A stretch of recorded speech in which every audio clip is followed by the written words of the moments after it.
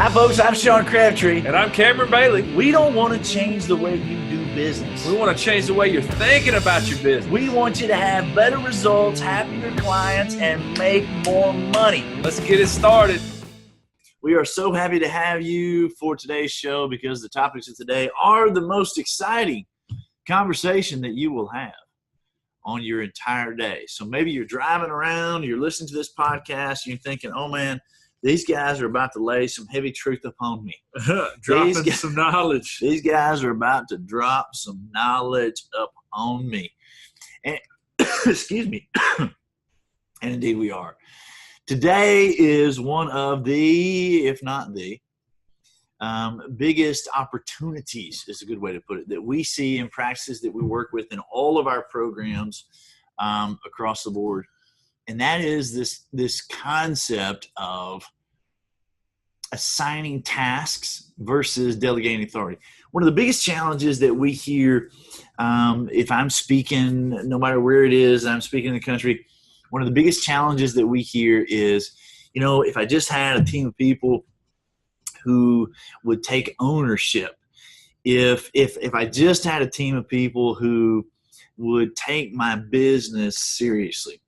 And then what we find is, and we'll give you a couple of good examples of this in just a second, but what we find is 100% of the time, the reason the team is not taking ownership is because the leadership, the doctors, are more than likely assigning specific tasks to be able to do rather than delegating authority over those areas. And so we're going to talk about sort of what that looks like and give you some really good examples.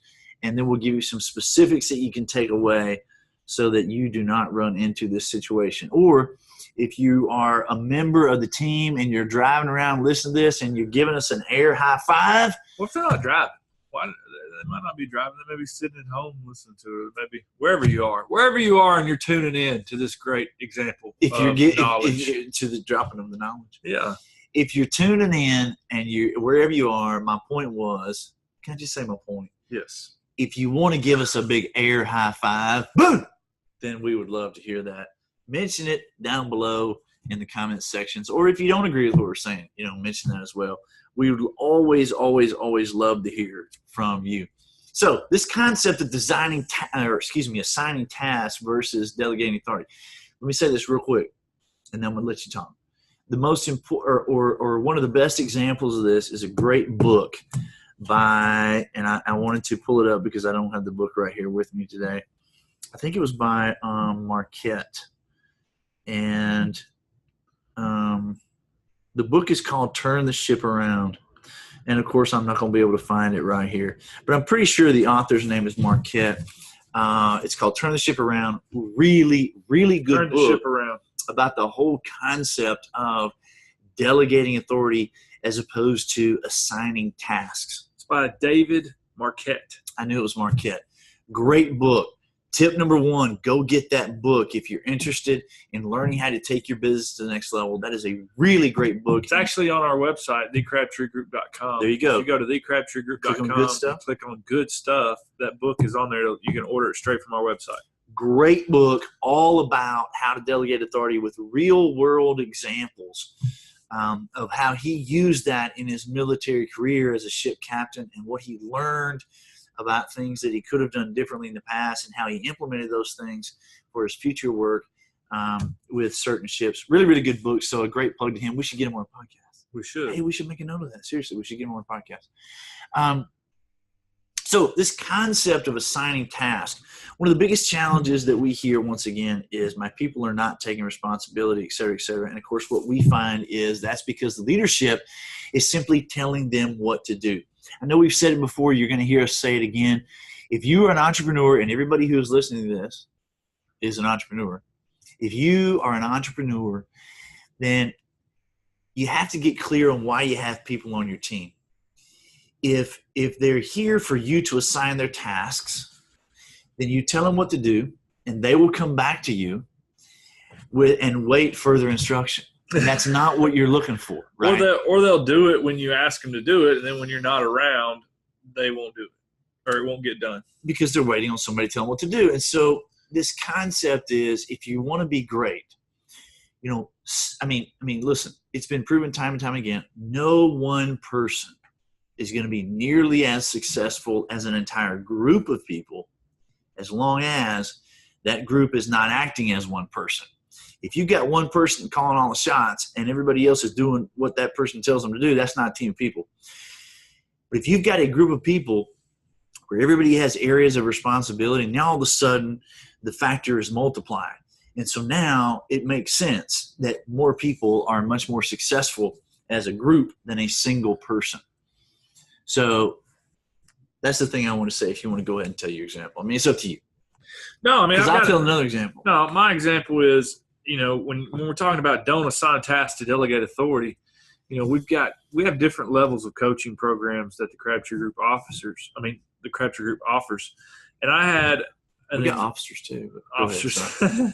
And I had an example of a doctor that we worked with that really had a challenge with delegating authority. Some people might call it micromanagement, right? This example I'm thinking about, it was double down on micromanagement. It was situations where he's allowing the patients to totally take control of the team, allowing the patients to totally take control of himself and of his vision. He was going to the front and he was grabbing the telephone, answering the intake calls, jumping on the phone when the front desk is on the phone with the intake call. Completely taking the authority away from whatever they're doing. That if there's a financial conversation and the patient gave him a little bit of blowback, for lack of a better word, he would jump in the middle of that conversation. So, no, more specifically, okay, I got it. So there was one time when there's a particular front desk she left, because of the situation, but she was on the phone with a patient, and the doctor left his patient chair side to come up, and he told the young lady to put the patient on hold, and he said, "I want you to do exactly what I say." And then, okay, so she got the patient off of hold. She started doing exactly what he said. No, it wasn't good enough. Nope, do it this way. He wouldn't even let her get through the conversation. And so I would call that micromanaging. Yeah, micromanaging. Now, in his mind, the reason he was, for lack of a better word, justifying, telling people step by step and then stopping them and interrupting and get involved and all of that was because he couldn't get them to take ownership. Now, what we did over time is have him to understand that the best way is not to tell somebody assign what to do. tasks and tell them what to do, but instead to give them the authority over the area. If you're looking for, look, all of us want more responsibility. It's human nature to want more responsibility. But if you don't give it to me and you only tell me what it is that you want me to do, I'll do it. And then I'll wait for you to tell me the next thing. So I'm not going to take ownership. A great way to look at it is like this. Your team, when they want the responsibility, but you're going to have to allow them and even hold them accountable for taking the authority over the area, or they're not ever going to put themselves in position to go seek out the solution on their own. Does that make sense? Totally makes sense. They have no reason to seek out the solution if you've not given them the authority over it. And the team has no reason to, what we call be able to dance in traffic, right? If I tell somebody to do something one way exactly, and then, for instance, an intake call, if I give you a script and I say, Sean, you need to answer this phone this exact same way and say these exact same words every single time, what's going to happen when the patient throws that person a curveball? That's a good point. They're not going to know how to hit it because I've told you to do it exactly this way. You're not focused on finding out the outcome, or you're not focused on dancing in traffic. So essentially what you're saying is when you assign someone the tasks, you relieve them of the authority of being able to what we call dance in the traffic. Or find out the solution themselves. Find the solution or you never know. You never know how powerful your team members can be until you assign them authority and you hold them accountable for making decisions in their areas to get the result. There was a great article that I just did a little YouTube video on last week about this very thing. The article, actually it was a couple of years old, in the Harvard Business Review. And the author of the article basically compared management to two types of approaches: a surgeon's approach or a psychiatrist's approach. And she basically said that, in today's business world, very, very few problems require a surgical approach, and almost 100% of the problems require a psychiatrist approach. And basically, the whole thing was that, in a surgical scenario, the doctor goes in, or in this case, the leader goes in. There's a specific few steps that you follow every single time, and you'll get the desired outcome. But that's just not the way that business works.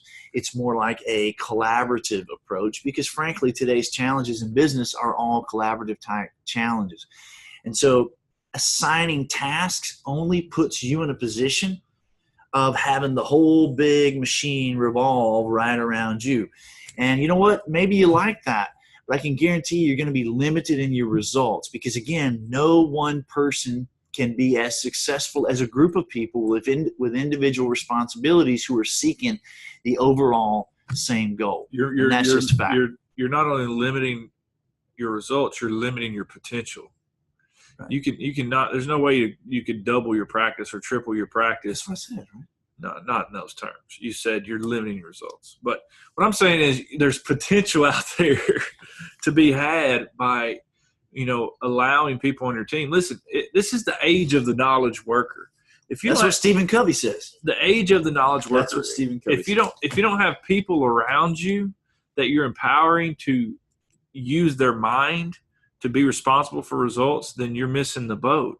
All you have is worker bees. And we don't want worker bees. In entrepreneurship, you want teams. You want people who are thinking like you're thinking. Yeah. And the trick is to help them to think. That's part of the big issue. 3 big takeaways for this, right? So don't assign tasks. We want to delegate authority. First takeaway, step 1, assign areas of responsibility for your team. I would say that 99% of you guys that are out there listening to this have not done this. Assign areas of responsibility for your team. This is very important. We should break this down, because if I'm listening to this, it would be easy to go, well, I already have, my hygienist does hygiene. She's responsible for hygiene. That's not what we're talking about. We're not talking about do tasks. We're talking about responsibility for outcomes. Right. We're talking about responsibility for an area. And so what we're talking about, to use that scenario, is if I'm a hygienist, I may be doing hygiene, but that's not what we're talking about. In this scenario, what we're talking about is if I am over the hygiene department. Now, that's a different scenario.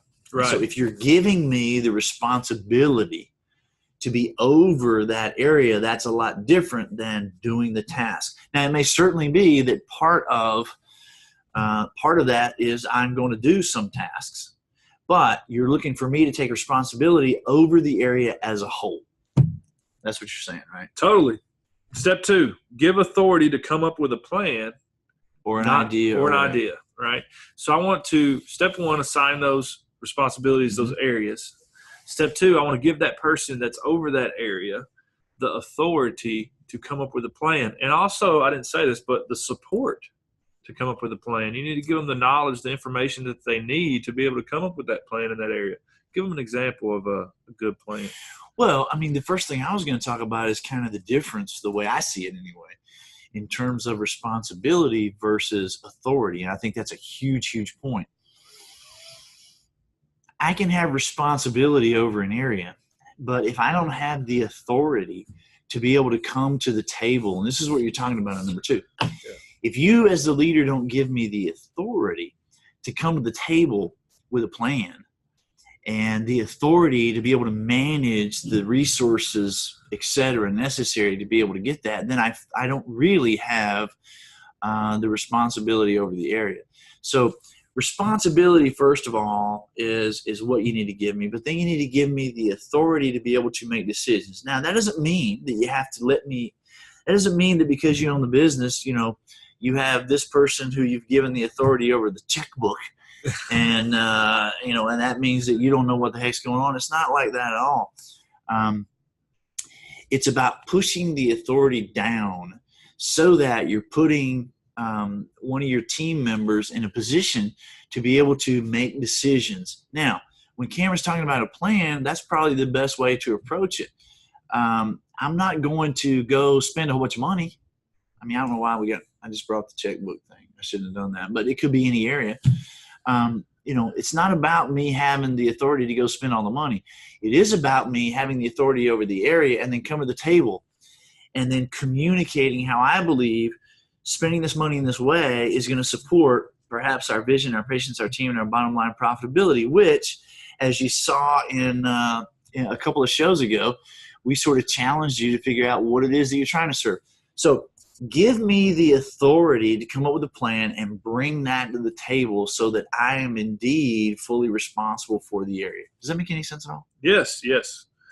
So number one, assign areas of responsibility. Number two, give the people who are over those responsibilities the authority to come to the table with ideas and plans. And give them support and knowledge that they may need. They may need to know more information than they already know that you may have, that they need to have. Or maybe that you don't have. That you need to find out. That you need to find out, right? Step 3, you want to hold your team accountable, not for doing the tasks, but for taking the authority. And it's a two-way street, right? Like, you have to give your team member the authority, but then you also have to hold them accountable for taking that authority. Now, and by the way, I mean, we're talking about dentistry. You know what? If you're a CPA, if you're an attorney, if you're in the service industry, this is about entrepreneurship. This is about growing your business. You got a heating and air company. It doesn't matter. It doesn't really matter. It's the same conversation across the board. I want to give my team the ability to take on that authority. And like I said a minute ago, it's a two-way street. You got to hold them accountable for that. If there's been a little bit of water under the bridge, for lack of a better word, where you've been assigning tasks, now all of a sudden you give them the authority, they're not going to know what to do with it. They're probably not going to take it right away, right? So they may come to you, and we see this happen quite a bit. Just tell me what to do. Just tell me what to do, right? This is something we face a lot of times with guys in our entrepreneurial program. How do you want me to do it? Right. So so the doctor has given me the authority and the responsibility to take on this area of increasing new patients. So, Cameron, tell me what to do. Well, that's not taking the authority. You as the leader are going to have to challenge them a little bit by asking, well, what do you think you should do? Well, let me ask you, what are you trying to serve? I'm trying to serve my team. I'm trying to serve my patients. I'm trying to serve my vision. And I'm trying to serve my bottom line profitability. Great. Then write down what you think needs to happen and come to the table. It'll take a little bit of practice, but listen, as the leader of the ship, this is how you create a team of people who are all working toward a common goal. And if you don't have this, you have the opposite, which is the whole big machine is revolving around you and you're the pivot man and you are working yourself silly and you're not getting stuff done. And I mean this with love, but it's just the facts of it are you're not getting things done. Putting it off, because you're working that's right. You're working your tail off and then you plan to come in on your off day, do all this other stuff. But you know what? You got kids, you got a life, and stuff doesn't get attended to in a high enough manner. So what you do instead is follow these three steps that we're throwing out to you. And ask questions. Like Sean said, when someone comes to you and says, hey, tell me what to do. Hey, how do I do this? Rather than you going into a 3-minute conversation of an explanation of what to do, ask them, what do you think you should do? Who's responsible for that area, right? Joanne's responsible for that area. Okay, so do we have a game plan for that area? Right. And what do you think you should do? So ask questions back. Don't just give the answers. And again, the reason that's so important is because if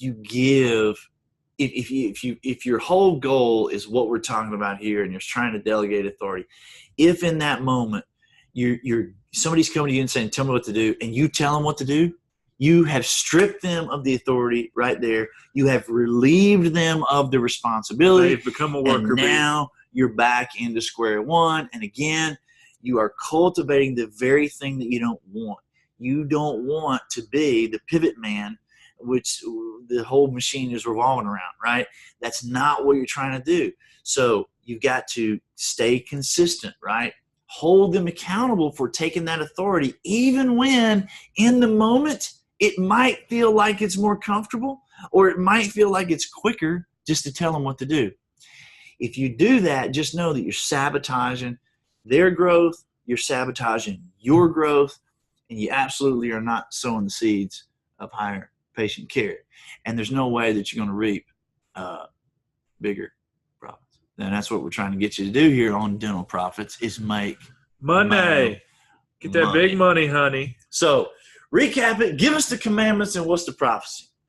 I'll get a prophecy. Go ahead. No, you get the commandments. Oh, step 1, assign areas of responsibility. So take notes. These are not do tasks. If you're listening, grab a pen. These are B things, things of responsibility. Very important to write this down. Give authority to come up with a plan or an idea, not authority to do something. You want to delegate the authority. Step 3, you want to hold the team accountable, not for doing tasks, but for taking that authority. Hold them accountable for being a leader. Hold them accountable for taking ownership in your business. And the prophecy is, if you follow those 3 steps, you can indeed begin to sow the seeds of higher quality care, and that'll put you on the road to reaping the rewards of higher dental profits. And that is our goal for you, this and every show. This has been Dental Profits. Thank you so much for joining in. Please, please, please, please, please hit the subscribe button, share the videos, give us comments, tell us what you like, tell us what you don't like. Research us. Go find us at thecrabtreegroup.com, LinkedIn, Twitter. Send us an email with questions. Give us a call. We'd love to hear from you. We'd love to hear from you. Thank you so much. Have a great week. Until next week's show, make more money. See you guys next week.